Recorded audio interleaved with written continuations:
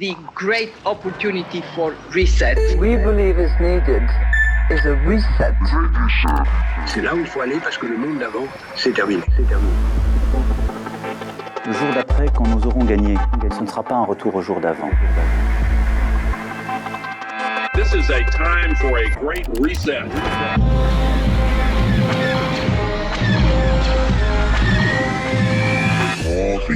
Ou le grand ménage.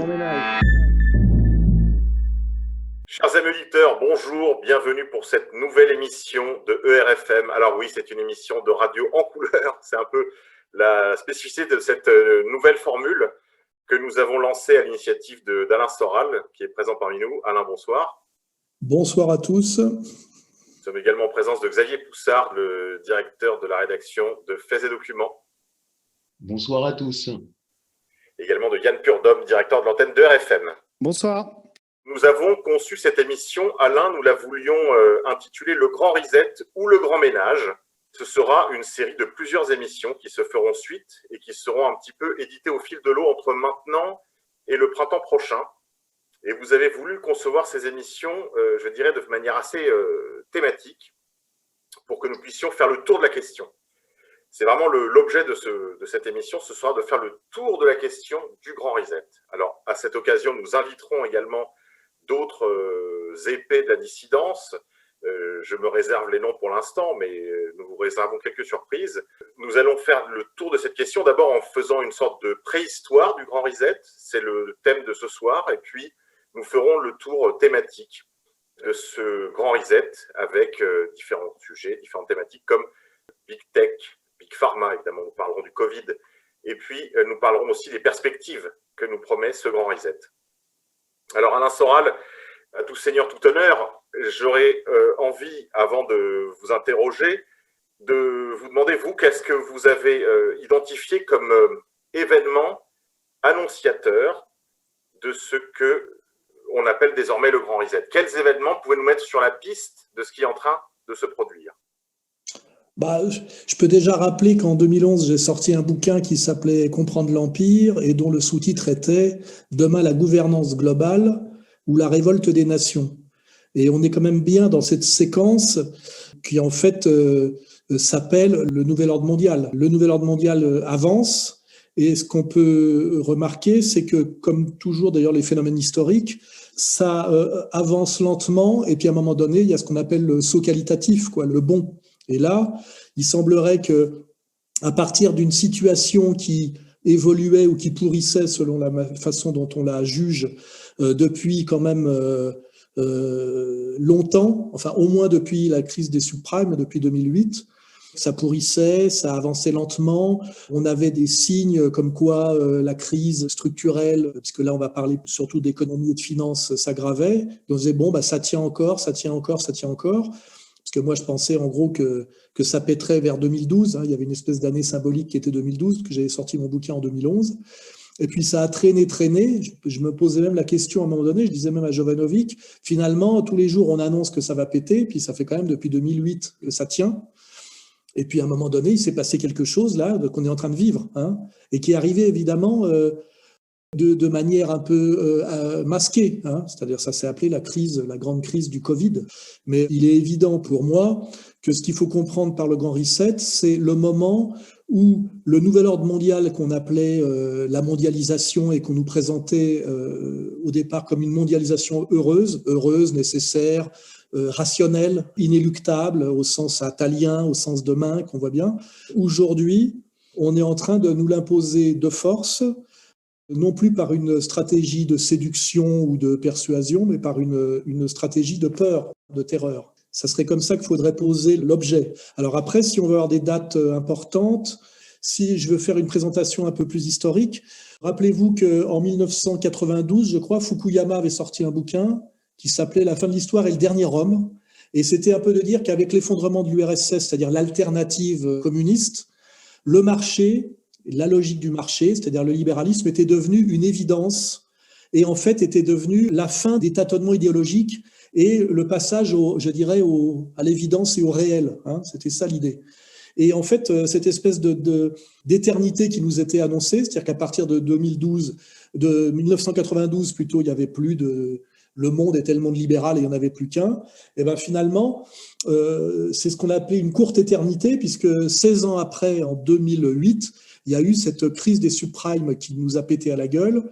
Et là, il faudra qu'on insiste là-dessus, on a nos spécialistes, qui était en fait la preuve que l'économie libérale, qui, faute d'adversaires, était devenue entre-temps dérégulée, déréglementée mondiale, c'est-à-dire le marché s'était étendu et avait fait tomber toutes les barrières qui limitaient sa toute-puissance, et avec cette marche en avant et cette extension, se sont aussi exacerbées ces contradictions internes. Parce qu'en fait, ce que l'effondrement de l'URSS a masqué, c'est que l'URSS est tombé du fait de ses contradictions internes. Le socialisme réel s'est effondré du fait de ses contradictions internes, mais ça n'a pas pourtant aboli les contradictions internes, on va dire, du capitalisme, pour être un peu marxiste. Et en 2008, elles nous ont quand même pété à la gueule. Quand on regarde ce qui s'est passé en 2008, il y a eu un diagnostic qui a été fait par tout le monde, qui était trop de création de fausses monnaies, trop de finances, danger de la déréglementation, de la dérégulation, etc., etc. Et ce qu'on a vu là, c'est que les puissants, puisqu'on a bien compris que le monde capitaliste et le monde de la finance étaient devenus le dominant politique, ils n'ont plus personne au-dessus d'eux, c'est eux qui décident de la politique, au lieu de corriger le tir en retournant à des pratiques plus raisonnables, je ne vais pas trop déflorer le sujet, on continuait à aggraver les choses. De plus en plus de faux dollars, de plus en plus de dettes irremboursables, de plus en plus de profits financiers virtuels, etc., etc. Comme si, en fait, le fait que ça tient sur le plan de la démonstration, on va dire, mathématique, faisait que le réel allait suivre. À un moment donné, on a eu un monde inversé, c'est-à-dire qu'on est passé des mathématiques au service de l'économie aux mathématiques qui produisent purement et simplement de la magie économique.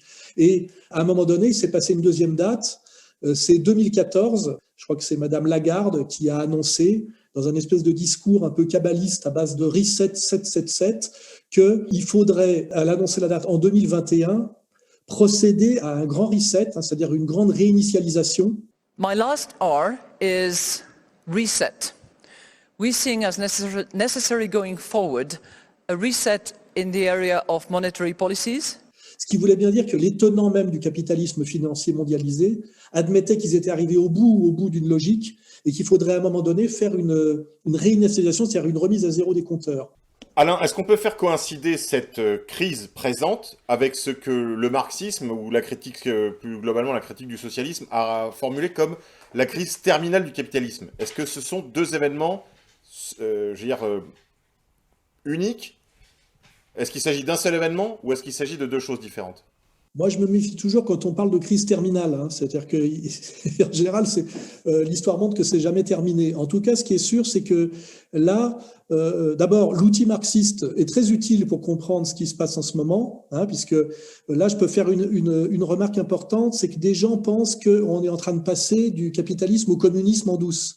Alors qu'en réalité, quand on lit Marx, on se rend bien compte que Marx annonce bien que les contradictions internes de la logique du capital, ce qu'on appelle la dérive de l'accumulation, amènent à une concentration maximale de capital dans des mains de plus en plus réduites, donc à quelque chose de dictatorial.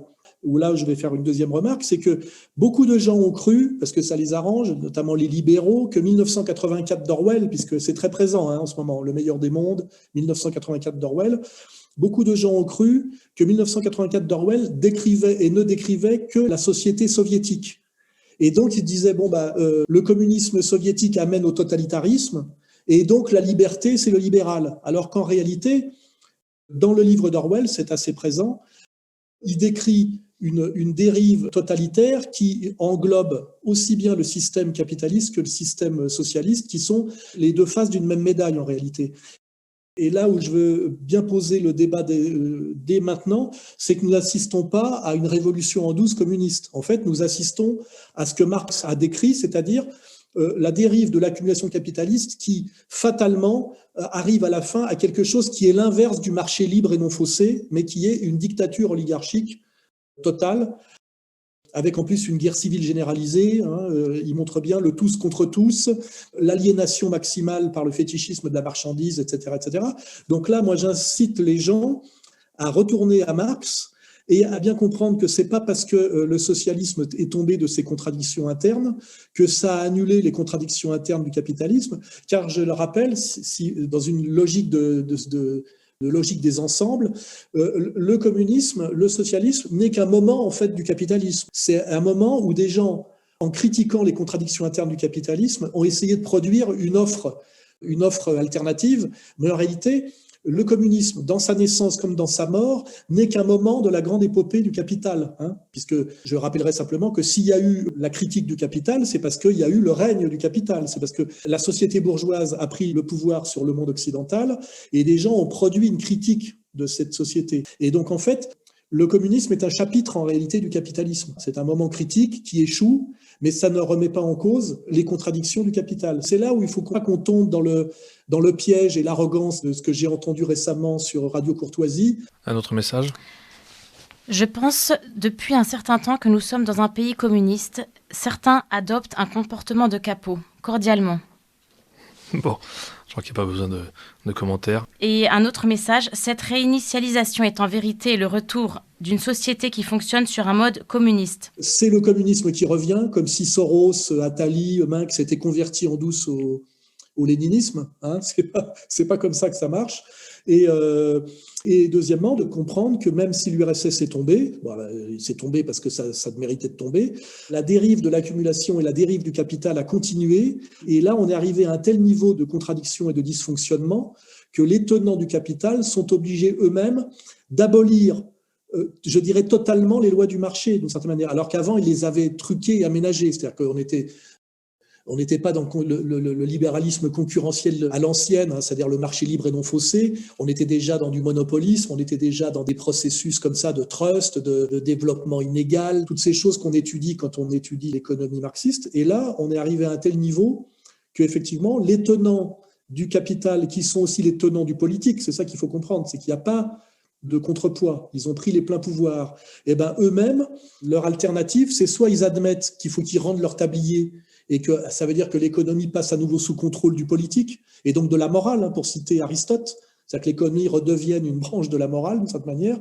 soit ils passent à la dictature totale, ils enlèvent le masque de soi-disant des règles du marché et de leur axiomatisation et de tout cet habillage mathématique pour faire croire que tout ça est scientifique, alors que c'est quand même un rapport de force et une domination, et ils passent en fait à la dictature. Or, c'est ce qu'ils sont en train de faire à mon avis, mais ils ne peuvent pas dire, voilà, nous, maintenant c'est la dictature des tenants du marché et on s'assoit sur le libéralisme, en réalité on s'en fout. Donc ils sont obligés de passer par des biais, des masques, et ces masques, on le sait, c'est soit le terrorisme islamique, depuis 2001, soit le réchauffement climatique anthropique, je dis bien anthropique, soit effectivement la pandémie virale, qui sont quand même 3 stratégies de soumission par la terreur, et qui se prétendent à chaque fois en dehors de l'économie et n'ayant rien à voir avec l'économie, alors qu'elles sont motivées par une crise économique que je dirais terminale, même si le mot terminal, c'est toujours terminal d'un moment. Voilà.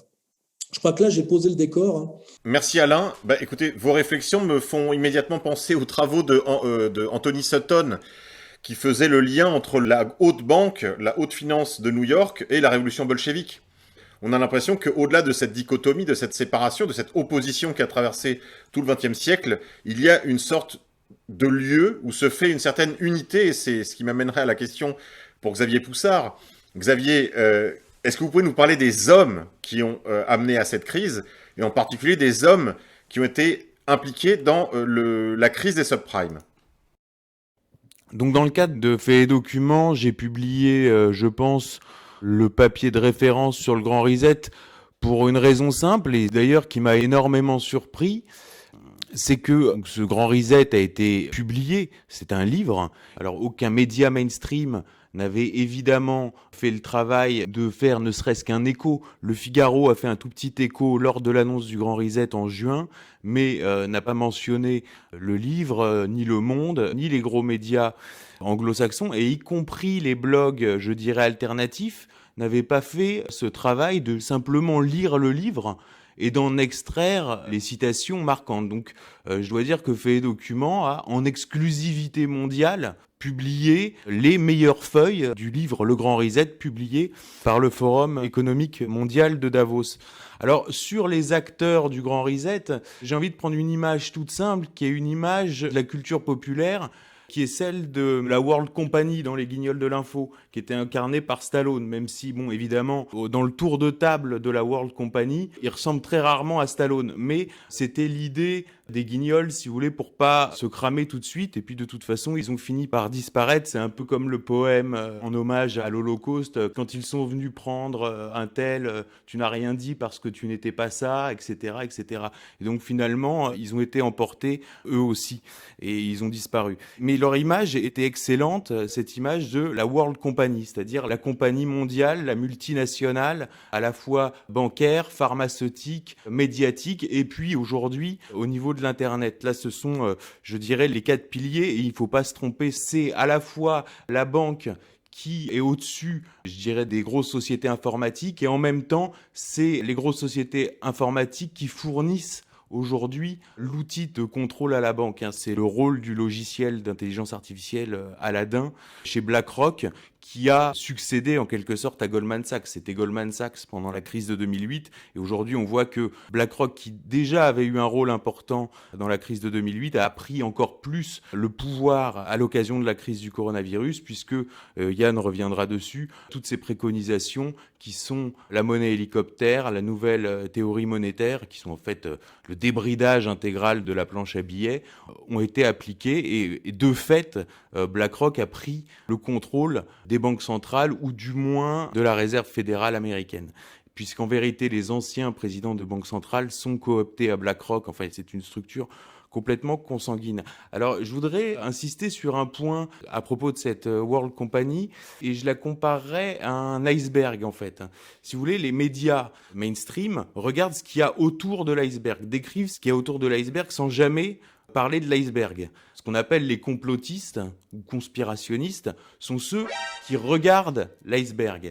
Or, cet iceberg a une particularité, c'est qu'il a des propriétés inverses à celles d'un iceberg normal. L'iceberg normal, sa partie immergée est beaucoup plus importante que sa partie émergée. Et là, c'est l'inverse. C'est-à-dire que quand on regarde l'iceberg, il est très important avec des tas de fondations, des tas de banques, des tas de sociétés, des tas de young leaders, etc. Et puis quand on regarde la partie qu'on voit jamais, et en fait, elle est extrêmement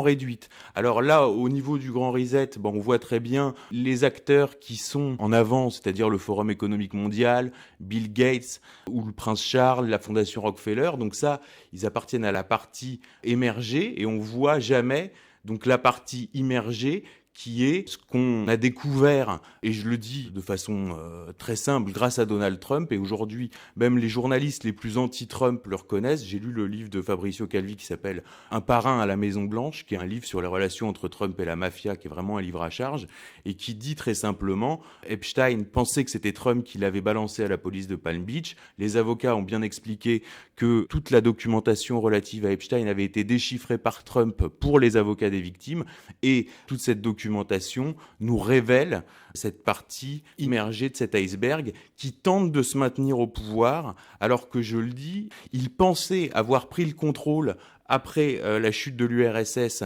Justement, c'était la fameuse fable du monde unipolaire. La Chine était rentrée dans l'OMC, et que l'idée derrière qu'ils allaient être absorbé par le marché, et que avec le marché viendrait derrière la démocratie de marché et donc le libéralisme, y compris politique. Finalement, les Chinois ont fait une prise de judo. Ils ont retourné les contraintes qu'on leur imposait pour finalement battre l'adversaire. Bon, là, c'est vraiment, on est sur le plan économique, mais il y a aussi des revers géopolitiques. Il y a des grosses figures, des porte-drapeaux de cette organisation que certains appellent mafia. Moi, je pense pas que ce soit une mafia. La World Company, ce n'est pas une mafia, parce qu'une mafia n'est pas nécessairement génératrice d'insécurité. Je m'explique, on est beaucoup plus en sécurité, par exemple, à Naples ou en Sicile, que dans n'importe quelle ville de France.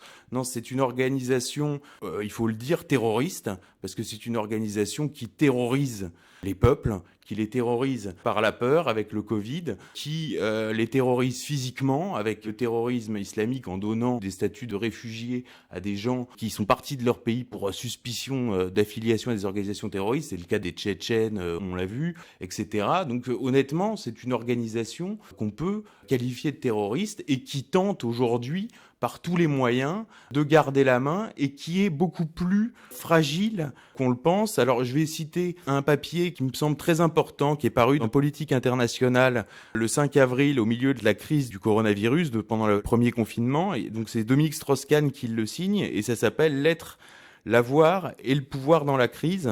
Et lui dit bien que le danger, c'est que la crise sanitaire nourrisse les vieilles pulsions nationalistes, mais il dit malgré tout que le Covid, qui est en fait le Great Reset, c'est la même chose, il y a le même rapport entre Covid et Great Reset qu'entre 11 septembre et guerre en Irak, c'est-à-dire un événement dont le récit officiel est très contestable, avec une réponse qui est apportée, qui est encore plus contestable, et la relation entre les deux est loin d'être évidente, voire même absurde. Et tous les gens d'ailleurs qui pointe l'absurdité de la causalité prétendue entre les deux événements sont taxés de conspirationnistes et évidemment évacués du débat public. Et donc Dominique Strauss-Kahn nous dit le coronavirus, c'est une occasion inespérée de reprendre les rênes. Ça veut bien dire qu'ils étaient en train de perdre les rênes.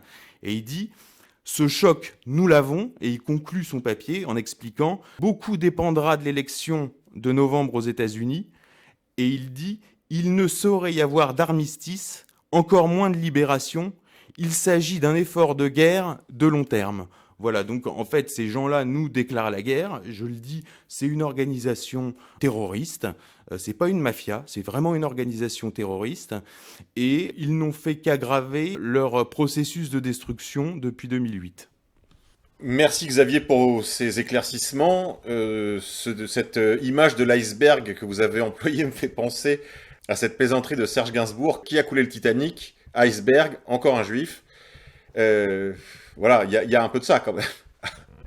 Alors, on va donner la parole maintenant à notre directeur de l'antenne de RFM, Yann Purdom, concernant la situation présente. Alors, Yann, vous êtes plutôt versé dans les questions financières et bancaires, les questions monétaires. J'ai envie de vous poser, parce que moi je suis beaucoup moins initié dans ces matières que vous, une question toute simple. Où est-ce que nous en sommes aujourd'hui en 2020, Yann ? Oui, merci beaucoup de me donner la parole. Moi, quand j'ai commencé à m'intéresser au grand reset, à la grande réinitialisation, et puis à la nouvelle théorie économique qu'on essaie de nous vendre avec, qu'on appelle la théorie monétaire moderne, la TMM, quand je me suis un peu intéressé à tout ça, j'ai vu énormément de similitudes, si vous voulez, avec ce qu'on a connu par le passé. Et du coup, ça m'a donné un peu envie de revenir sur la genèse de la crise de 2008 et tous les excès qu'on connaît actuellement. Et en fait, il y a un personnage absolument fondamental là-dedans, c'est Milton Friedman. Alors Milton Friedman, c'est un économiste américain, père de l'école de Chicago, les fameux Chicago Boys, et père du courant monétariste. Né dans une famille juive de New York, élève brillant, il émerge aux États-Unis dans le sillage de Alissa Rosenbaum, dit Ayn Rand, la célèbre papesse du capitalisme individualiste outre-Atlantique. Et il fait partie de cette génération de juifs qui prend le pouvoir intellectuel et économique aux États-Unis à partir des années 60. Et cette génération verra naître en son sein des responsables comme Alan Greenspan, Ben Bernanke, Janet Yellen, Larry Summers, enfin vraiment des personnages de tout premier plan dans les administrations américaines et au sein de la Réserve fédérale américaine. Donc c'est dire, si vous voulez, l'importance de ce courant et des réseaux qui s'y agrègent. Et de tous, Milton Friedman est vraiment le plus brillant. Il devient un défenseur acharné d'un certain libéralisme. Il a le sens de la formule, des provocations, des métaphores imagées. Did you ever have a moment of doubt about capitalism and whether greed's a good idea to run on? Well, first of all, tell me, is there some society you know that doesn't run on greed? Bref, ça fait de lui une vedette. Et le courant de pensée qu'il anime, le monétarisme, va jouer un rôle majeur dans l'avenir des États-Unis et de l'Occident, en donnant, si vous voulez, les outils intellectuels et moraux justifiant la mise à mort des accords de Bretton Woods, soit l'architecture économique et monétaire de l'après-guerre. Qu'est-ce que le monétarisme, en fait? Quels sont les grands principes du courant monétarisme? En 1963, Friedman coécrit avec Anna Schwartz un livre intitulé « Une histoire monétaire des États-Unis de 1867 à 1960 ». Donc ce livre, riche en statistiques et données historiques, analyse les conséquences des variations de l'offre de monnaie sur l'équilibre économique des États-Unis. Et suite donc à cette analyse, Friedman en sort une idée majeure, c'est-à-dire que l'inflation peut être maîtrisée si l'offre de monnaie, donc l'offre de monnaie qu'on injecte dans l'économie, suit une courbe de croissance linéaire qu'il arrive à définir à 3% par an. Voilà. Selon lui, si les banques centrales en fait suivent rigoureusement cette règle, alors les marchés peuvent se réguler d'eux-mêmes et ainsi on peut supprimer toute réglementation, régulation qui deviennent dès lors inutiles. La main invisible en fait punira les excès et récompensera les réussites. Voilà, c'est le fameux credo libéral. Et donc dans ce monde-là, adieu les taux de change fixes et la convertibilité en or. Les monnaies suivent la loi de l'offre et la demande et leur prix est fixé sur le marché des changes. Alors, c'est assez innovant. Théoriquement, il y a beaucoup de gens qui se posaient quand même des questions parce que c'est vrai que cette idée de croissance linéaire de l'offre de monnaie, c'était quand même un peu bancal. Mais pourtant, ce courant a connu un vrai succès. Les vraies raisons de son succès, en fait, viennent du fait que les hommes politiques américains, par pure démagogie et pour financer la course avec l'URSS, souhaitaient se débarrasser du carcan que représentaient les accords de Bretton Woods et notamment l'obligation de convertir le dollar en or à hauteur de 35 $ l'once. Et le courant monétariste leur offrait sur un plateau la justification théorique de son enterrement en première classe. Et c'est d'ailleurs ce que fera Richard Nixon dans une célèbre intervention télévisée le 15 août 1971. I have directed Secretary Connally to suspend temporarily the convertibility of the dollar into gold or other reserve assets. L'or joue un rôle de garde-fou, si je puis dire, afin d'éviter les surchauffes et les excès de création monétaire. Le fait de mettre Bretton Woods à la poubelle fait qu'il n'y a plus de garde-fou du dollar. Dès lors, l'État américain peut creuser ses déficits et sa dette sans être importuné. Donc ça, c'est la première chose. Ensuite, le monétarisme va mettre en place ce qu'on appelle le système d'échange flottant. Les monnaies, en fait, vont suivre, selon Friedman et le monétarisme, la loi de l'offre et la demande. Et donc, c'est le marché d'échange qui va fixer leur valeur entre elles. Donc, l'or est complètement évacué. Et ça, selon les monétaristes, ça devrait jouer le rôle de garde-fou, c'est-à-dire que ça devrait empêcher les gouvernements de faire trop de déficit. Mais ce qu'il faut bien comprendre, c'est le contexte international de l'époque. C'est-à-dire qu'à l'époque, les prix du pétrole flambent avec le choc pétrolier. Et les États-Unis, grâce aux accords de Quincy avec l'Arabie saoudite et avec la pression qu'ils exercent avec leur armée, obligent, si vous voulez, les pays exportateurs de pétrole à libeller leur pétrole en dollars. Ce qui fait que si vous êtes un État moderne qui veut acheter du pétrole pour faire tourner son économie, vous êtes obligé d'avoir une réserve de dollars. Donc on est rentré dans un monde où finalement le dollar a supplanté l'or comme étalon de mesure et donc a permis aux Américains de vivre largement au-dessus de leurs moyens. Et la deuxième chose qu'il faut absolument évoquer, c'est l'émergence de la Chine. Parce que lorsque vous faites des déficits, vous créez de la monnaie. Et là, bien sûr, vous avez un problème, c'est l'inflation. Or, finalement, on s'est aperçu que quand bien même la Fed a créé énormément de dollars, les États-Unis n'ont pas connu une très grosse inflation. Pourquoi ? Parce qu'au même moment, vous avez eu l'émergence de la Chine qui est rentrée dans le commerce international et qui, à partir des années 80, a s'affirmer comme une puissance commerciale. Avec toutes les délocalisations qui vont se faire de l'industrie occidentale en Chine, les prix vont chuter. C'est-à-dire que l'intégration de la Chine dans le commerce mondial va jouer le rôle de rouleau compresseur déflationniste qui va venir contrebalancer l'inflation qui naît de la création monétaire de la Fed. Et il y a un autre facteur dont il faut parler, c'est l'immigration massive qui permet une déflation sur tout ce qui n'est pas délocalisable. Donc si vous faites l'addition de ces trois phénomènes, pétrodollar, libre-échange et immigration massive, on se rend compte que la Fed en fait se retrouve dans une situation où elle peut générer une création monétaire comme on n'en aura jamais vu par les passés. Et c'est à partir de ce moment-là qu'on rentre véritablement dans le règne de l'argent-dette, une dette créée à partir de rien, simplement la vague promesse d'un remboursement futur. Yann, merci. Je crois que c'est clair. Ça explique en partie l'inflation absolument délirante de la masse monétaire, en particulier du dollar, mais pas seulement. On a vu ces dernières années que la Banque centrale européenne n'était pas en reste. Quelques commentaires, messieurs, sur les dernières remarques de Yann. Alain, Xavier ?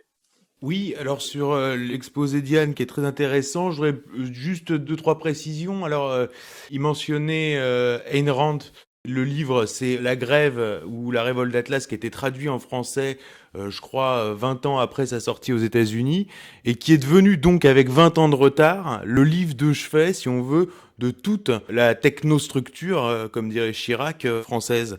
Ce qui explique le macronisme qui arrive avec 25 ans de retard par rapport au monde anglo-saxon, etc. Première remarque. Deuxième remarque, sur les banques centrales, on est rentré dans quelque chose de complètement fou depuis 2008, ce qu'on appelle les taux d'intérêt négatifs. Ça veut dire qu'en fait, les banques centrales payent les banques pour leur donner de l'argent, qui, elles, se font payer, puisque là, les taux d'intérêt, quand elles, les banques, reprêtent aux particuliers ou aux entreprises, là, sont plus du tout négatifs. Donc déjà, on est dans une relation qui est extrêmement bizarre, et en retour, comme la monnaie est extrêmement incertaine, les banques payent en retour les banques centrales pour déposer leur argent en dépôt. Donc on est dans un circuit comme ça un peu bizarre. Et pourquoi on doit rentrer au niveau, je dirais micro, dans la monnaie dématérialisée, c'est-à-dire la monnaie électronique, c'est parce qu'en fait, il faut plus qu'il y ait de bas de laine. Et pour se faire des marges sur les entreprises et sur les ménages, il faut plus qu'il y ait de bas de laine. Et à ce moment-là, la banque réaugmentera ses tarifs de façon à se faire rembourser l'argent qu'elle met en dépôt dans les banques centrales sur les ménages. Voilà. Donc ça, c'est au niveau micro. Et au niveau macro, on voit bien aussi, et ça, Pierre Hillard en parle très bien, de tentatives de mettre en place une monnaie mondiale. Alors, je citais Dominique Strauss-Kahn qui lui parle des DTS du... Xavier, juste expliquer ce que c'est les DTS, parce que là tu parles un peu chinois parfois. Les droits de tirage spéciaux, si on veut, c'est une monnaie qui est utilisée par le FMI. Je vais pas rentrer dans des détails qu'en vérité je maîtrise pas. On voit aussi que l'ancien gouverneur de la Banque d'Angleterre, qui vient d'être nommé d'ailleurs à un autre poste aux Nations Unies pour piloter l'agenda 2030, là on est vraiment dans la structure même. C'est-à-dire qu'en fait ces gens-là sont complètement interchangeables. Ça prouve bien qu'il n'y a pas de compétences. Si on peut piloter l'agenda 2030 de l'ONU sur la question climatique un jour, en ayant été banquier, en ayant dirigé la Banque centrale d'Angleterre, soit on est un génie, soit c'est qu'en fait, ces gens-là sont complètement interchangeables. Et lui, par exemple, au symposium de Jackson Hole, en août dernier, où a été définie auprès des banques centrales la nouvelle théorie monétaire qui allait être appliquée pendant la crise du Covid, et Mark Carney, donc, qui était gouverneur de la Banque d'Angleterre, lui a parlé du Libra, donc la monnaie de Facebook. Donc là, on peut très bien être dans des... comment dirais-je, à la fois nouvelles technologies. On voit aussi le brevet déposé par Microsoft de manière à générer de la monnaie Bitcoin par blockchain avec des capteurs sur votre cerveau. Donc en vérité, alors on voit effectivement une flambée de l'or parce que les gens vont vers des valeurs refuges puisqu'on fait tourner la planche à billets et qu'à terme, il y a forcément une perte de confiance en la monnaie. Mais est-ce que, à la limite, cette perte de confiance qui va provoquer une inflation est pas quelque part voulu pour provoquer un effondrement monétaire et à ce moment-là faire naître cette nouvelle monnaie articulée entre banques, nouvelles technologies, Big Pharma avec les capteurs, etc. et qui sera finalement indexée sur rien, quoi, qui sera juste des points, quoi, comme des jetons quand on est dans une kermesse, quoi. Alain Soral. Oui, là, on voit bien tout le piège de ce qu'on appelle l'économisme. C'est que au départ, c'est quelque chose qui est là pour gérer la création de richesses par de la production. C'est-à-dire qu'au départ, on est dans du réel. Et puis, à un moment donné, on a des mathématiques qui se mettent au service de la gestion de la production. Ça s'appelle la comptabilité. Et puis, à un moment donné, les mathématiques prennent le dessus. Où on en est aujourd'hui, c'est que l'économie, qui est au départ une réalité, est entièrement surdéterminée par des logiques mathématiques d'apprentis sorciers, qui sont totalement déconnectés du réel. Alors on sait que ce glissement existe aussi dans la microphysique, c'est-à-dire qu'à un moment donné, il faut un très haut niveau en mathématiques pour comprendre l'infiniment petit, et on est obligé de sortir de ce que Bachelard appelait le chosisme, c'est-à-dire qu'on peut pas dire un atome c'est comme une orange ou des conneries, c'est-à-dire qu'il faut, à un moment donné, on passe par de l'abstraction mathématique pure. Mais là, on a le même phénomène qui s'est produit d'ailleurs à la même époque, c'est à partir des années 60, où la mathématisation extrême a bouffé la réalité économique, et c'est ça le côté apprenti sorcier de Friedman et de ses petits copains, c'est qu'à un moment donné, ils vous disent oui, avec 3%, machin, truc bidule, ça va marcher. Alors que, in fine, l'économie, c'est quand même des êtres humains dans des relations réelles avec de la production, de la consommation, de la création de richesse ou pas, de l'entraide ou de la domination ou du parasitisme. Vous voyez, en fait, le réel est passé sous la domination de processus mathématiques purs qui sont devenus très très dangereux parce que si en microphysique ça n'a pas d'implication immédiate sur la vie quotidienne des gens, en économie on touche quand même à la vie quotidienne des gens et à la réalité. Et là on voit bien qu'il s'est passé quelque chose, c'est l'économie a pris le pouvoir sur le politique, ça s'appelle l'épopée bourgeoise, et les mathématiques ont pris le pouvoir sur l'économie qui avait pris le pouvoir sur le politique. C'est-à-dire qu'aujourd'hui on a un monde réel qui est resté réel comme toujours, hein, avec la vie, la mort, le manger, l'humanité, qui est entièrement dans la main d'un petit groupe de gens, très peu nombreux, qui pensent pouvoir faire marcher le monde et le dominer par de l'axiomatique pure, c'est-à-dire par des jeux mathématiques purs. J'ai rien compris, c'est pas fait pour mettre, c'est fait pour acheter, pour vendre, pour acheter, pour vendre. Et c'est exactement la meilleure leçon qu'on puisse avoir sur ce qui se joue en ce moment, si vous voulez comprendre ce qui se passe dans le système financier moderne. C'est tout, vous avez tout compris quand vous avez compris cette histoire. Eh ben, le grand reset, c'est qu'à un moment donné, c'est d'ailleurs ce qu'on appelle le phénomène de bulle, mais là c'est la bulle des bulles, c'est qu'à un moment donné, il y a ce qu'on appelle, ce que d'ailleurs Lénine appelait l'éternel retour du concret. Vous voyez, c'est-à-dire qu'à un moment donné, on est là, parce que pour pas partir dans des, comment dirais-je, dans de l'économie, mais justement faire de la critique non économique de l'économie, c'est qu'à un moment donné, il faut revenir à la réalité, et on est parti très très loin de la réalité, et les gens aujourd'hui qui ont le pouvoir ont un pouvoir qui est un pouvoir d'usurpation, un pouvoir de délire, un pouvoir de mensonge. Le grand reset, c'est que normalement, il devrait le rendre, ce pouvoir, c'est-à-dire on se calme, on revient à la réalité des échanges, on revient à la réalité de la production, à la limite on revient à un capitalisme productif, entrepreneurial, on revient à une réalité du marché. Or, ces gens-là, au lieu de rendre leur tablier, puisque en fait, c'est là qu'on peut reprendre des dates. En 2008, il aurait fallu faire le grand reset. Mais le grand reset, le vrai, c'est-à-dire le grand ménage, le grand retour à une réalité. Et on a continué à aggraver cette mathématisation délirante. Et en 2014, la décision qui a été prise, c'est comme maintenant c'est irréversible, et que en plus on est en danger de mort, parce que ceux qui ont pris le contrôle du monde par cette escroquerie, parce que là on est bien dans des jeux d'écriture, en but d'escroquerie, il y a de la spoliation, il y a du vol, parce que de l'autre côté, les gens se font dépouiller quand même, faut pas oublier, parce que il faut bien qu'au bout, quelqu'un paye quand même. Hein. C'est pour ça qu'à un moment donné, aujourd'hui, ce qui est en jeu, c'est la liquidation de l'économie réelle des classes moyennes réellement productives et entrepreneuriales, PME, PMI, petits commerces, restaurants, etc., etc. Effectivement, le bas de laine qu'il va falloir piquer pour boucher une partie du trou, d'une certaine manière. Et ceux qui veulent piquer le bas de laine, c'est ceux qui ont monté la combine à partir de Friedman. Donc là, il faut retourner à du politique, c'est qu'on a une bande de voleurs qui nous ont arnaqués par du baratin mathématique et qui normalement devraient être chassés à coups de pied dans le cul aujourd'hui avec des réformes pour revenir à quelque chose de plus sain, qui est l'inverse de la mondialisation, on l'a compris, qui est de la c'est l'inverse de la dérégulation, de la déréglementation, de la mondialisation, de la dette. Il faut reprendre tout ça à l'envers. Et ces gens-là qui sont au sommet de cette pyramide, hein, c'est une pyramide, comme en fait ils sont démasqués d'une certaine manière, maintenant ils passent à la dictature. Alors, dans un premier temps, pour que cette dictature soit acceptable, ils disent on est obligé de vous enfermer parce qu'il y a un virus, on est obligé de vous supprimer vos libertés parce qu'il y a des terroristes islamiques qui veulent vous égorger, on est obligé de vous empêcher de fonctionner parce que ça crée de l'empreinte carbone, vous voyez. Mais on sait très bien que toutes ces théories sont fallacieuses. Le réchauffement climatique anthropique est une escroquerie. Le virus, il y en a toujours eu et ça se gère. Donc là, on est dans la phase de gens qui, en se servant des mathématiques, je dirais, ont pris le pouvoir sur le monde. On est en train de comprendre que cette prise de pouvoir est dévastatrice et qu'en fait, c'est une immense arnaque. Et ces gens-là qui sont terrorisés d'être remis à leur place, c'est-à-dire punis, passent à la vitesse supérieure parce qu'ils ont quand même le pouvoir politique et le pouvoir, je dirais, du contrôle de l'argent. Ils sont en train, par les relais policiers, on voit très bien, ils tiennent la police d'une certaine manière, ils tiennent l'armée, et ils sont en train d'essayer effectivement, de nous enfermer et de nous empêcher de nous défendre. La destruction de la classe moyenne, c'est aussi ça, parce que la classe moyenne, c'est le potentiel révolutionnaire. Ils sont en train, par la tentative, on le verra aussi, du pseudo-vaccin, de nous détruire corporellement nos capacités de défense et de combat, de faire de nous quelque part d'un peu des zombies. Et donc on est là, effectivement, dans une mer des batailles qui arrive, qui a beaucoup de dimensions eschatologiques.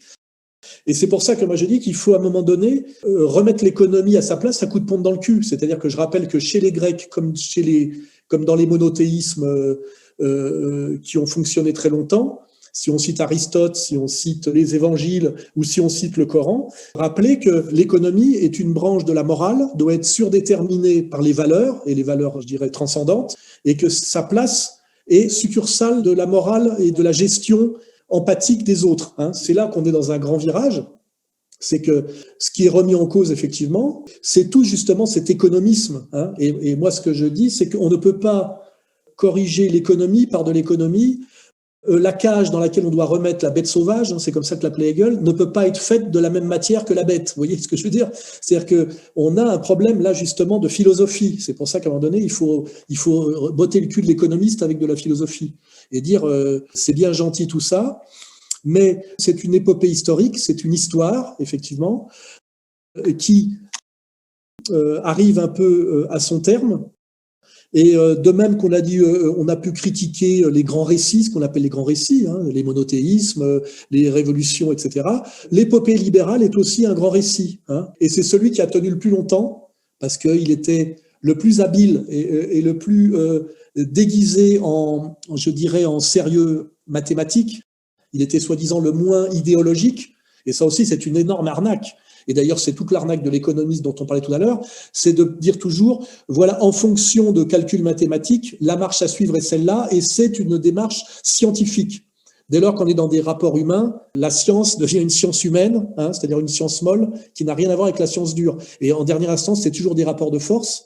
Et en dernière instance, il y a toujours un concept qui, enfin, ce qui est plus qu'un concept, qui est une réalité, c'est la notion de travail. C'est qu'à un moment donné, il y a le monde ne fonctionne parce qu'il y a des gens qui travaillent, parce que malheureusement, on n'est pas dans le jardin d'Éden, et qu'il y a des gens qui travaillent, qui participent à l'effort collectif, et puis il y a des gens qui spolient, et puis il y a des gens qui exploitent. Et à un moment donné, on revient à des fondamentaux assez simples, c'est qu'on a aujourd'hui au sommet de la pyramide de pouvoir mondial des gens qui sont des parasites et des spoliateurs, qui nous mentent à coups de mathématiques, mais ça commence à ne plus marcher, et qui cherchent aujourd'hui à se maintenir par tous les moyens. Le programme du Grand Reset, c'est-à-dire le bouquin de Schwab, énonce tous les moyens par lesquels ils vont essayer de se maintenir. Et comme le disait tout à l'heure notre camarade Xavier, en réalité, ils sont très peu nombreux, ils sont vieux, faut pas oublier, ce sont un petit groupe de kakoshim, il faut regarder leur gueule, la gueule de Soros et ces gens-là, et leurs enfants, puisque là on est sur une aristocratie inversée, mais qui a joué le même rôle. Leurs enfants sont des petits marquis dégénérés, il faut voir la différence entre les fils des uns par rapport à leur père et fils Biden, vous voyez, mais aussi père et fils Enthoven. Le fils Soros, faut aller sur l'Instagram du fils de Soros. Donc en fait, on a des oligarques kakoshim délirants, diaboliques, avec des rejetons qui sont totalement dégénérés et servis par des gens qui sont soit des imbéciles, soit des corrompus, soit des lâches. Ce monde ne peut pas marcher encore très longtemps comme ça. Donc de toute façon, le grand reset, on va y avoir droit, mais il vaudrait mieux que ce soit pas celui qui nous prépare. Et je vois pas comment celui qui nous prépare peut durer longtemps, parce que il y a comment dirais-je, une phrase qui dit très bien les choses, c'est on peut mentir tout le temps à très peu de gens. On peut mentir quelque temps à tout le monde, on ne peut pas mentir tout le temps à tout le monde. Voilà, c'est à peu près ça. Xavier Poussard, juste une remarque avant que tu prennes la parole, Xavier. Oui, toutes les remarques que vous faites là sur les mathématiques, pour ceux qui veulent illustrer ces propos, vous pouvez aller regarder le très bon film des années 90, je pense, ça s'intitule Pi. Pi comme le symbole mathématique, Pi. Vous y trouverez beaucoup des choses que Alain a dites ce soir, je crois, de manière bien illustrée.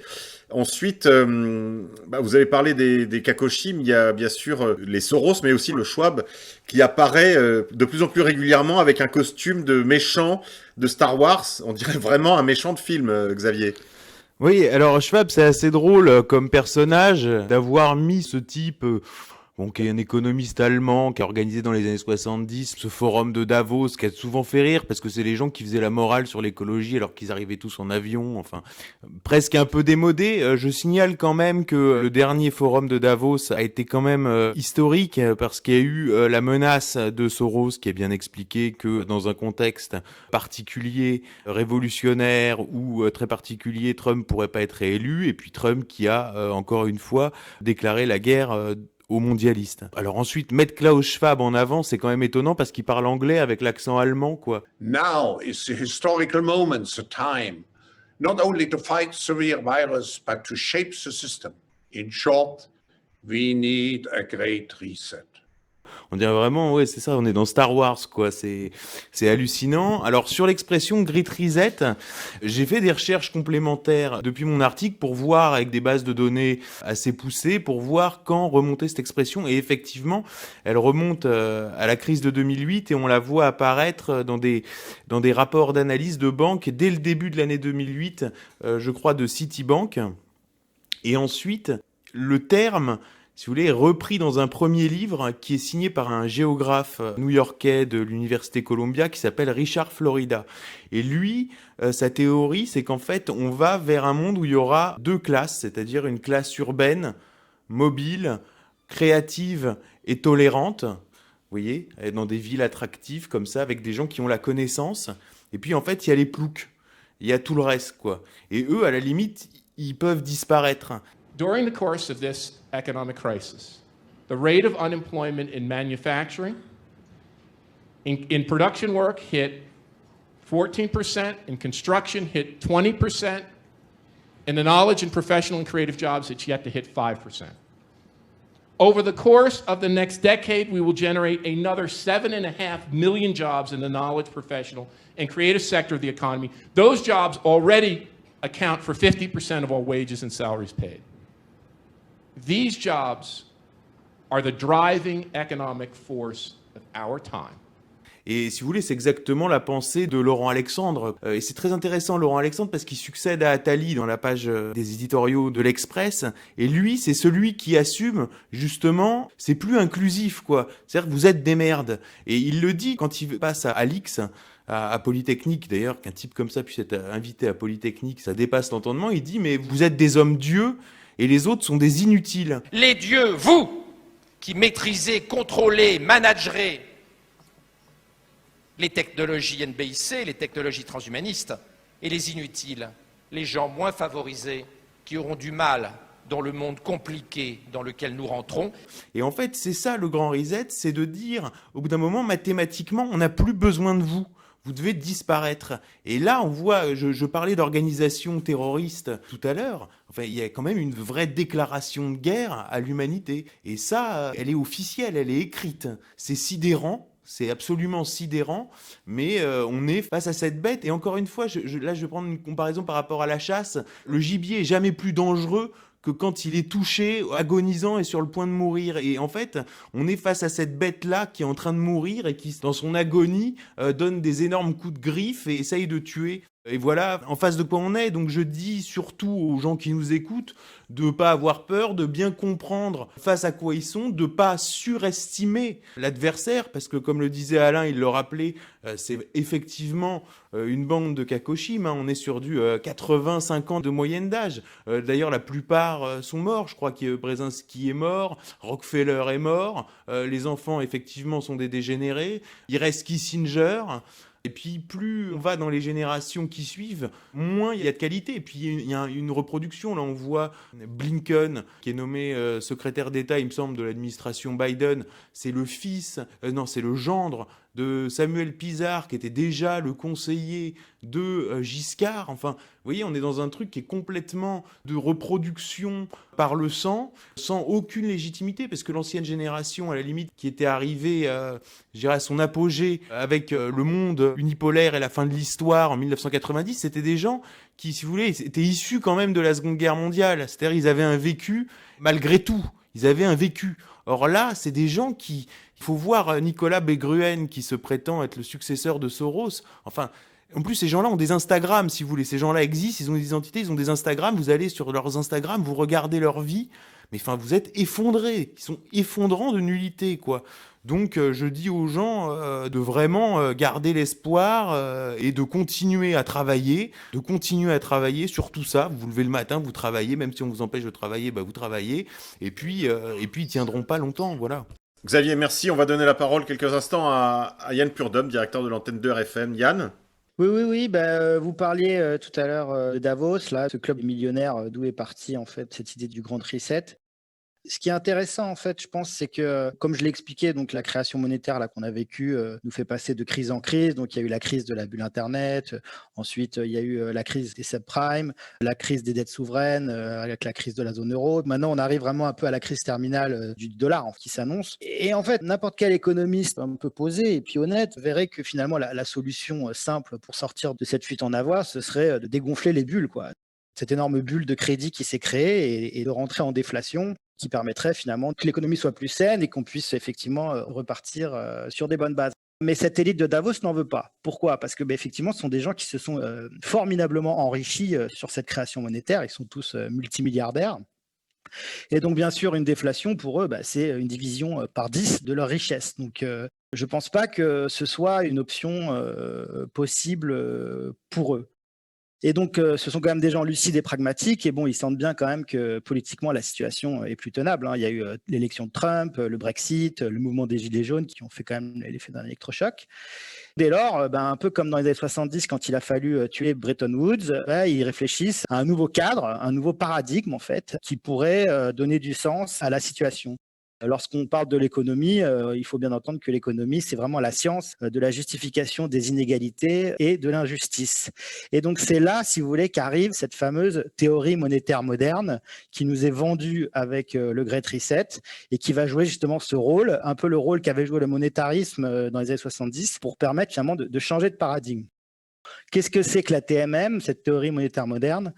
On peut dire pourquoi la TMM, c'est le prolongement du monétarisme, parce que finalement, la TMM remet en cause la notion de déficit et de dette, et c'est pour ça que partout maintenant dans les journaux, vous pouvez voir éclore des sujets comme « faut-il rembourser la dette ? Est-ce qu'on ne peut pas rentrer dans une dette perpétuelle ?» Donc, il faut bien comprendre que tout ce questionnement-là, en fait, tout ça, c'est l'introduction de la TMM dans le débat, en fait, de dire que finalement, un État, ce n'est pas une entreprise ou un ménage et qu'il n'a plus besoin de collecter l'argent par l'impôt pour fonctionner. Il peut accumuler les dettes sans contrainte sur ses capacités fiscales et sans être soumis au risque de défaut. Et donc, par ses dépenses, il alimente en monnaie l'économie. On est encore dans le prolongement de Friedman parce que finalement, on est toujours dans cette idée où on peut inonder l'économie de monnaie avec une justification théorique. Donc, quand Friedman a pris le pouvoir, ils nous l'ont joué, ils ont essayé de séduire l'électorat conservateur WASP en se faisant passer pour des libéraux durs. Et puis là, maintenant, ils nous refont le coup avec donc cette Sandy Kelton qui est la papesse en fait de la TMM qui a sorti un bouquin là cette année, qui était conseillère économique de Bernie Sanders en 2016 et en 2020. Ils essaient de nous réintroduire cette théorie avec la gauche, du moins avec le courant démocrate progressiste. Et donc, on voit éclore aussi des sujets comme le revenu universel. Donc, le revenu universel, bien sûr, au-delà du fait que ça permet d'avoir un contrôle total sur la population, puisqu'on peut vous couper le robinet quand on veut. Il faut bien comprendre que dans la tête des ingénieurs du Grand Reset, le revenu universel se mariera avec la technologie blockchain, donc la mise en place de la monnaie digitale pilotée directement par les banques centrales. Et donc, les banques centrales auront un accès direct sur votre compte. Ça permettra, comme je l'ai expliqué tout à l'heure, de piloter la politique monétaire de manière beaucoup plus directe, puisque les écueils que j'ai soulignés tout à l'heure concernant le monétarisme, quand j'expliquais que la Banque centrale pouvait pas interférer directement sur l'économie réelle puisqu'elle a été obligée de passer par les banques. Là, les banques sautent. C'est d'ailleurs pour ça qu'à mon avis, les banques vont être sacrifiées. On voit que les banques sont très mal, notamment les banques françaises, et que je pense pas qu'il soit prévu de les sauver.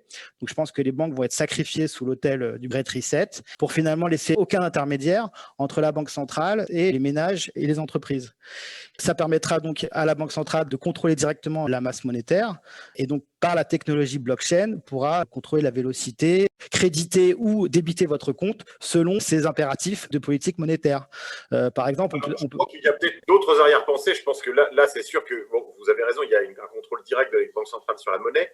Mais est-ce que ce n'est pas plus simplement que ça, la mise en place d'une sorte d'esclavage par le contrôle de la blockchain qui vous permettra qui permettra aux banques centrales de contrôler finalement tous les achats, tous les paiements, toute la vie économique de tout le monde en fait, Alain Soral.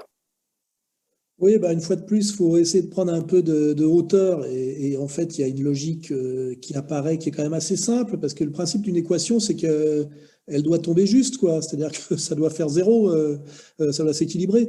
On voit très bien qu'il y a une fuite en avant de la dette et que là, d'ailleurs, le confinement oblige en fait la classe moyenne entrepreneuriale, qui, je le rappelle, sa caractéristique, c'est d'être propriétaire de ses moyens de production. C'est ça qu'il faut comprendre. Hein. Les propriétaires de ses moyens de production, c'est pas le salariat. Hein. Le salariat, il n'est pas propriétaire de ses moyens de production. La classe moyenne, c'est spécifique, propriétaire de ses moyens de production. C'est-à-dire que c'est ce qui correspond réellement à l'économie libre et à l'économie d'entreprise. Et voilà, on les pousse à s'endetter à mort auprès des banques pour ne pas crever, hein, les restaurants, les PME, les PMI, en les empêchant de travailler. Et une dette, c'est toujours une hypothèque. Moi, c'est énorme. 4 semaines de chiffres qui ne rentrent pas, c'est énorme. On a beau repousser les crédits, etc. Ils seront là. Hein. Ce n'est pas des cadeaux. Hein. Aujourd'hui, on ne nous fait pas de cadeaux. Hein. C'est-à-dire qu'à un moment donné, qu'est-ce que va leur proposer le système ? On vous annule votre dette. En l'échange de quoi on vous spolie de tous vos biens, puisque vous en avez. Hein. Donc, on voit bien, c'est pour ça qu'on peut parler d'une sorte d'URSS à l'envers, mais qui n'a pas besoin d'un complot communiste. Hein. C'est que ça s'appelle la concentration maximale du capital. Il faut quand même reprendre un peu de recul et comprendre les logiques de ces mécaniques. Donc, aggravation de la dette par le confinement délirant, répété, systématique, annulation de la dette contre spoliation du bien, hein, en l'échange de quoi ? Revenu universel. Et pourquoi cette réforme, il faut comprendre qu'elle passe par la gauche et que c'est pas du tout du fascisme, entre guillemets. Enfin, c'est du fascisme qui passe par la gauche. Parce que tous les gens de gauche qui sont souvent des salariés de l'inutile, animateurs sociaux, étudiants inutiles, ce qu'on appelle animateurs du procès de consommation, ils vont trouver ça très bien parce qu'eux, ils n'ont pas de biens. Donc, on va rien leur prendre à eux. Et ça va nous être vendu par la gauche au nom de l'égalité, de la solidarité, de la fin à la fois de la logique de l'argent, ce mot qui résonne toujours négativement dans la gauche, et aussi de la fin de l'idéologie du travail. Parce que d'une certaine manière, l'entrepreneur qui se levait tôt le matin pour bosser, pour se faire un patrimoine, sera déclaré comme c'est un mauvais joueur, et de toute façon, il est détesté par le gauchisme. C'est-à-dire que là, on a un fascisme qui arrive par la gauche, ce qui est quand même donc un front renversé. Hein, ça me rappelle un peu la ligne Maginot, vous savez. Les gens sont sur la ligne Maginot, ou le rivage des Sirtes, et puis ça arrive par derrière, quoi. Hein. C'est-à-dire que on voit très bien pourquoi le gauchisme a été alimenté et poussé à bout de bras par le grand capital, parce que le grand capital, pour faire son grand reset, va se servir du gauchisme, comme il va se servir d'ailleurs de l'écologie, et que tout ça va être fait au nom du partage, de la fin de l'idéologie du travail. Rappelez-vous Lafargue, hein, le beau-fils de Marx. Finalement, le revenu universel, même un con comme Chouard est pour, hein, je veux dire, tous ces gens-là vont abonder. Ça va montrer du doigt finalement l'entrepreneur comme un emmerdeur qui veut s'enrichir, qui veut faire bosser les autres, etc. Et finalement, une fois de plus, le pouvoir bancaire sera masqué par cette guerre déclarée à la classe moyenne. Rappelez-vous Arlette Laguillet, employée de banque, qui parlait tout le temps de patrons et de travailleurs. Ce qui prouve d'ailleurs qu'on ne peut pas se passer de travailleurs dans les entreprises, mais les patrons, on peut très bien s'en passer.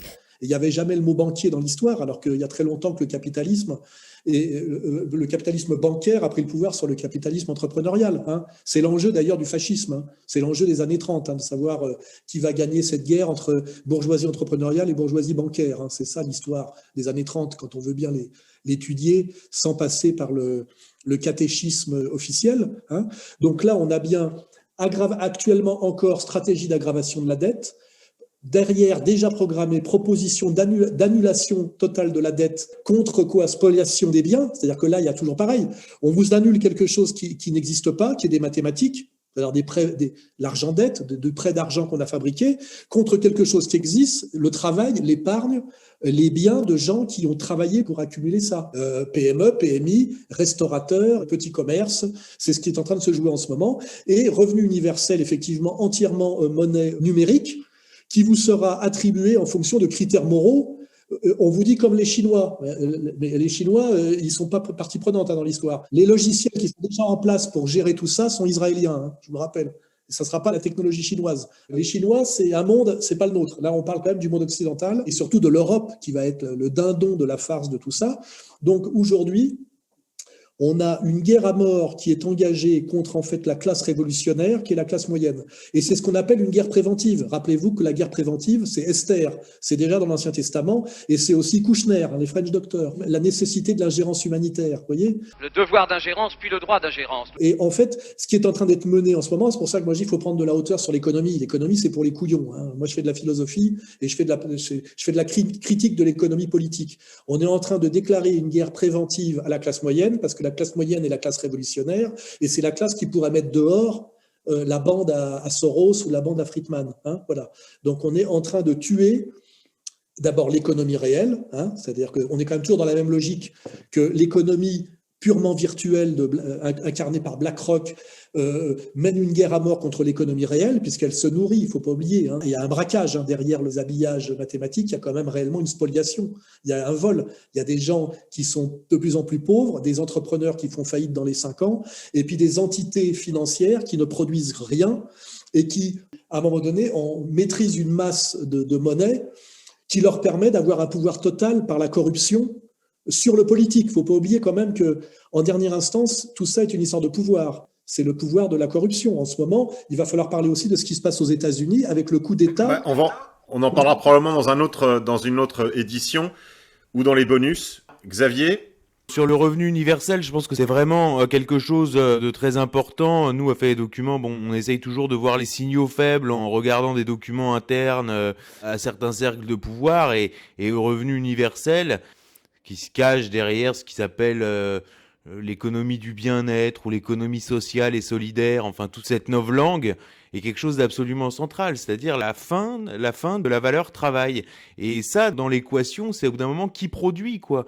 Et alors on nous explique, oui, alors ça va être des robots. Enfin tout ça paraît extrêmement délirant, quoi. C'est des gens qui sont rationnels mathématiquement sur le papier, comme le disait Alain, mais si vous voulez, la retranscription dans le réel ne colle jamais. Et en fait, le réel ne répond plus, quoi. Ça me fait penser à un roman écrit il y a quelques années par Jean-Christophe Ruffin, qui a été, je crois, également ambassadeur de France sous Sarko, si je ne me trompe pas, qui avait écrit un charmant roman sur le mondialisme, justement, qui s'intitulait Globalia, où il y a beaucoup de thématiques qui sont réapparues depuis cette histoire de Covid-19, depuis cette affaire aussi de Grand Reset, qui, je le rappelle, n'est pas une théorie conspirationniste. Le Grand Reset est en train de se mettre en place sous nos yeux. Oui, Xavier. D'ailleurs, j'ai oublié de le préciser tout à l'heure, et c'était la première chose que je voulais préciser. On a écrit dans notre article publié sur Égalité et Réconciliation et dans notre dossier que le Grand Reset avait été annoncé le 3 juin. Or, en faisant d'autres recherches, je suis tombé sur une dépêche de la Deutsche Presseagentur, c'est-à-dire la FP allemande, si on veut, qui annonce justement dès le 23 janvier, c'est-à-dire lors du forum de Davos, il n'y a pas encore de pandémie mondiale, il n'y a encore rien, personne n'a encore entendu parler du Covid. C'est-à-dire pour l'instant, c'est quelque chose de purement chinois. Et dès le 23 janvier, qui est déjà le jour où est annoncé le programme de vaccination mondiale, le 23 janvier, c'est-à-dire on est 3 mois avant le premier confinement. Ils annoncent le Grand Reset et ils annoncent le programme de vaccination mondiale. Autre chose, et pour revenir sur l'histoire de numérologie de Christine Lagarde, en fait, j'ai compris en voyant cette dépêche que la date du 3 juin avait été choisie pour quelle raison ? Parce que dans leur numérologie à 2 balles, ça donne 666, 3 x 6, 666, et voilà. Et c'est pour ça que ça a été annoncé le 3 juin, aussi bêtement. Donc en même temps, on est dans quelque chose d'infantile, quoi. C'est minable. C'est ça qui je veux vraiment insister là-dessus, parce que je vois beaucoup dans les commentaires des gens qui sont désespérés. Par exemple, je vois le cuistot de la télévision étoilée basque. Lui, par exemple, quand j'écoute ses interventions médiatiques... Monsieur Etchebest. Voilà, on a toujours l'impression qu'il fait tout, mais pourquoi, alors que j'ai tout fait, le gouvernement m'autorise pas à ouvrir ? Ben oui, on a tout fait. Comme de bons élèves, on a fait tout ce qu'on nous a demandé pour arriver à quoi ? À une fermeture. Donc c'est génial. Tu vois, donc il y a quand même beaucoup de gens, alors peut-être qu'il fait ça parce qu'il est à la télé et que il a des contrats aussi, je sais pas, mais je pense malgré tout que beaucoup de gens n'ont pas encore conscience de la chose, et ceux qui ont pris conscience sont confrontés à des gens qui, eux, n'ont pas pris conscience. Et il faut quand même garder, être pessimiste dans l'analyse et optimiste dans l'action, et je pense que ça c'est absolument central, et comprendre que nos adversaires sont dans des opérations de guerre psychologique. Alain ? Oui, important quand on voit le côté un peu guignolesque de tout ça, revoir sur Internet, puisque tout ça est accessible sur Internet. Alors, je précise déjà que le Grand Reset n'est pas un délire complotiste, puisque c'est un livre qui s'appelle Covid-19, le Grand Reset, qui est co-signé par Schwab et qui est même traduit en français. Donc, en fait, c'est un programme avec un agenda Donc, de dire que c'est un complot, c'est juste un mensonge de l'oligarchie et des médias qui travaillent pour eux. Mais en fait, il n'y a pas de discussion là-dessus, puisque c'est un programme avec un agenda et vous pouvez l'acheter d'abord en anglais et même maintenant traduit en français sur Amazon. Hein, voilà. Donc, et vous le lisez et puis vous verrez que tout est bien dedans. Hein. Alors après, ce qui est marrant, c'est que je suis retourné voir la vidéo de Lagarde qui est sur YouTube. Il y a encore des trucs sur YouTube. Et ce qui est marrant, c'est que Christine Lagarde, qui est la patronne du FMI à ce moment-là et qui est donc à Davos, fait un espèce de numéro de numérologie à base de 7. 7, 7, 7, le grand reset. So my hope and my wish for 2014 is that after those 7 miserable years, weak and fragile, we have 7 strong years. Et donc, on se dit, c'est marrant de faire de la numérologie comme ça pour initier, mais c'est quand même accessible sur Internet. Donc, on voit bien que là, pour ceux qui ont vu le film Pi dont tu parlais tout à l'heure, qu'il y a tout un arrière-monde de numérologie kabbaliste qui peut être assez effrayant, parce qu'on voit qu'on est quand même chez des gens qu'on croit être des gens rationnels qui se servent des mathématiques, mais en fait, non. Les mathématiques sont surdéterminées par quelque chose de totalement ésotérique et de magique, et même de ce qu'on peut appeler de diabolique. Et si vous regardez maintenant le forum de Davos, qui s'appelle Forum économique mondial, hein, vous allez voir que les 3 O qui sont dans un cercle sont reliés par un arc qui fait que ça fait 666. Donc on a en permanence des gens qui s'amusent à mettre de la numérologie. On n'est pas dans le délire complotiste, c'est eux-mêmes qui mettent en scène ce genre de code, ce genre de message codé. Alors, est-ce qu'ils y croient ? Est-ce que ça les amuse ? Mais en tout cas, chaque fois qu'on cherche ce genre de signes, ils n'arrêtent pas, ces dingues là qui ont pris le contrôle du monde, ils n'arrêtent pas de jouer à ça. Hein, voilà. Et est-ce qu'ils rigolent tant que ça ? Ou est-ce que finalement on est tombé chez des gens qui sont effectivement des apprentis sorciers et qui sont, là on a une logique maçonnique, hein, des gens qui en fait se déclarent profondément anti-chrétiens et sont dans une logique prométhéenne.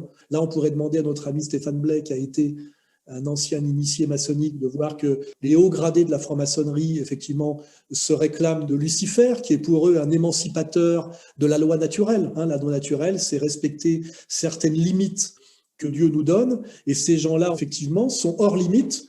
Les mathématiques et la mathématisation de l'économie leur a permis d'ailleurs d'accéder à du hors limite, mais c'est du hors limite temporaire, c'est de la bulle. Hein. Donc on voit bien que tous ces sujets, toutes ces manières d'aborder la chose de manière très, très réaliste ou de manière assez magico-délirante fusionnent aujourd'hui dans un espèce de moment là, dans lequel on est, qui s'appelle le projet du Grand Reset, dont on peut faire une lecture totalement matérialiste, les contradictions de la dérive du capital, ou totalement, je dirais, religieuse, avec quelque chose qui a à voir avec l'antéchrist. Vous voyez, tout ça en ce moment converge, hein, et fait sens, et c'est pour ça que ça peut être assez effrayant, et en même temps, il y a toujours cette ambivalence, c'est assez effrayant, puis aussi assez ridicule en même temps. Hein. Quand on voit, regardez Christine Lagarde faire son numéro de numérologie en 2014, on voit quand même une espèce de bonne femme, on l'imagine première de la classe, un peu vieille fille, un peu moche, avec une vie privée un peu triste,